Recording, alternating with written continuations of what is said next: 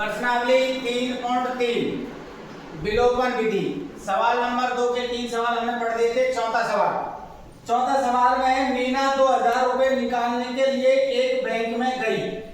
उसने खजांची से 50 रुपए 100 रुपए के नोट देने के लिए कहा। मीना ने कुल 25 नोट प्राप्त किए। याद कीजिए उसने 50 और 100 रुपए के कितने नोट प्राप्त किए। यानी सबसे पहले अपन ने मान लिया, माना 50 रुपए के नोट, 50 रुपए के नोट क्या मान लिए x। और इसी प्रकार 100 रुपए के नोट, 100 रुपए के नोट को क्या मान लिया हमने y।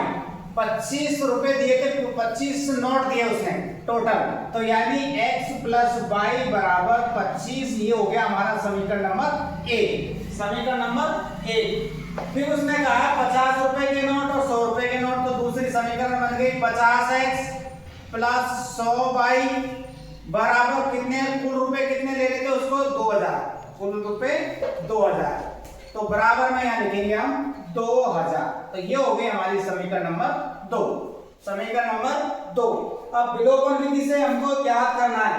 विलोपन विधि से ज्ञात करेंगे तो देखो इसमें हम क्या करते हैं, 50 का भाग देते हैं। इसमें समीकरण नंबर 2 में क्या करें हम, 50 का भाग, 50 का भाग दिया इसमें, तो ये हो गया x बटे में, इसमें भी 50 लिख दिया और यहाँ भी बटे में 50 और यहाँ भी बटे में 50, तो ये हो गया x प्लस 2y बराबर 0 से 0 कट गई, ये आ गया 40। समीकरण नंबर 2 इसको बना देते हैं। समीकरण नंबर 2 ये हो गई।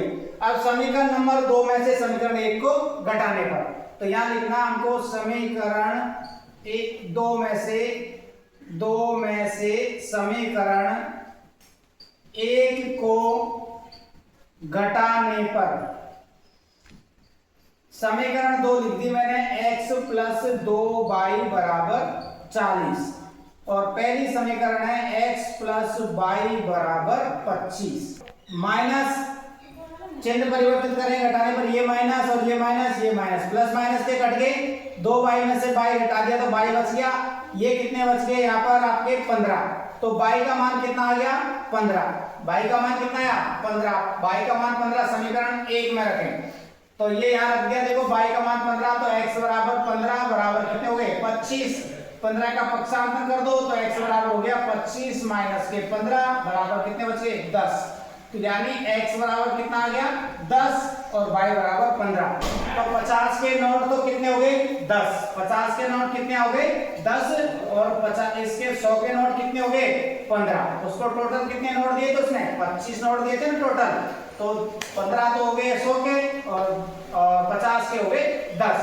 ये हो गया सवाल नंबर 4। सवाल नंबर 5, दूसरे का सवाल नंबर 5। किराए पर पुस्तक देने के लिए किसी पुस्तकालय में प्रथम 3 दिनों का एक नियत किराया है। प्रथम 3 दिन का किराया, प्रथम 3 दिन का किराया मान लिया हमने x। फिर अतिरिक्त दिन का किराया ये मान लिया हमने y,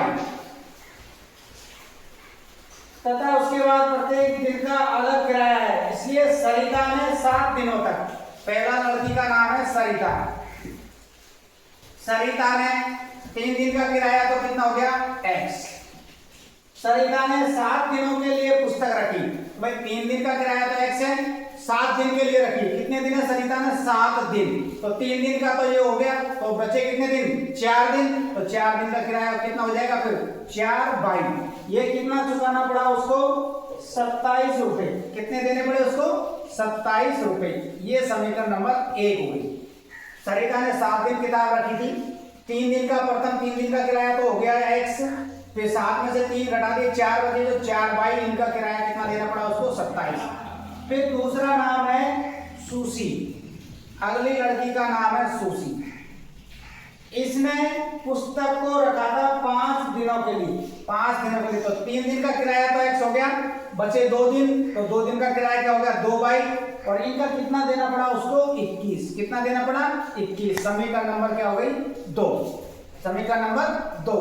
अब समीकरण 1 में से समीकरण 2 को घटाने पर समीकरण 1 में से समीकरण 2 को घटाने पर, तो समीकरण 2 1 लिख दी मैंने यहाँ, x प्लस 4y बराबर 27 और ये हो गया x प्लस 2y बराबर 21। घटाने के लिए चिन्ह परिवर्तित हो जाएगा, ये माइनस, ये भी माइनस और ये भी माइनस, तो प्लस माइनस के x कट गए, 4 में से 2 घटा दिया, कितना बचेगा 2y, 27 में से 21 गए, कितने बचे 6, तो y बराबर कितना आ गया 6/2, तो y का मान कितना आ गया 3, y बराबर कितना आ गया 3, y बराबर आया हमारा 3, y बराबर 3 आ गया।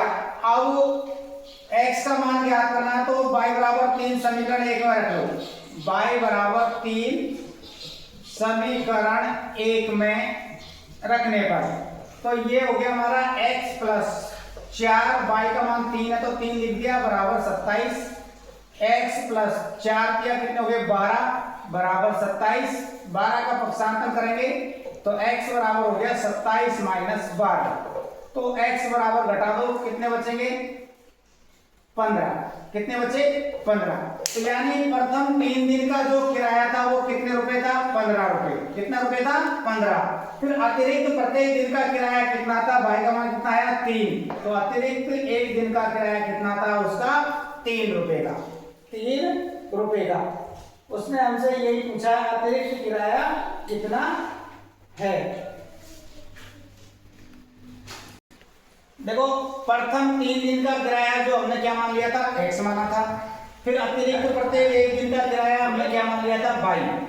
फिर लड़की है सरिता, सरिता ने 7 दिन के लिए किताब ली, कितने दिन के लिए 7 दिन के लिए उसने किताब ली थी, तो प्रथम 3 दिन का किराया तो हमने क्या माना x, तो यहाँ x लिख दिया, 7 दिन के लिए तो बचे कितने फिर 4 दिन, अतिरिक्त दिन का किराया y माना तो y से गुणा कर दिया, कितने रुपए दे रही थी वो 27, तो ये होगी समीकरण नंबर 1। फिर अगली लड़की है सुशी, उसने 5 दिन के लिए किताब ली, 5 दिन के लिए किताब लिए, तो प्रथम 3 दिन का किराया तो x हो गया, बचे 2 दिन तो 2y, इनका कितना उसको देना पड़ रहा है 21, तो ये हो गया समीकरण नंबर 2।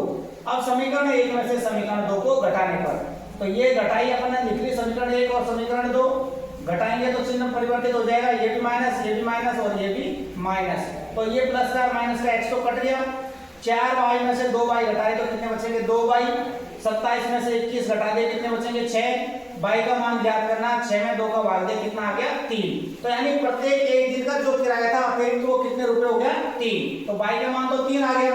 अब जो y का मान 3 आया उसको हमको रखना है समीकरण 1 में रख लो चाहे समीकरण 2 में, किसी में भी आप इसमें मान रख सकते हैं। तो समीकरण 1 में रख दिया y का मान, तो 4 गुणा 3 कर दिया 12, 12 का हमने 27 में से घटाया पक्षांतर करके, 27 में से 12 घटाएंगे तो कितने बचेंगे 15, यानी जो प्रथम 3 दिन का किराया था वो कितना था 15, और प्रत्येक एक दिन का अतिरिक्त किराया कितने रुपए था 3 रुपए। इस प्रकार से आपके 3 प्रश्नावली समाप्त।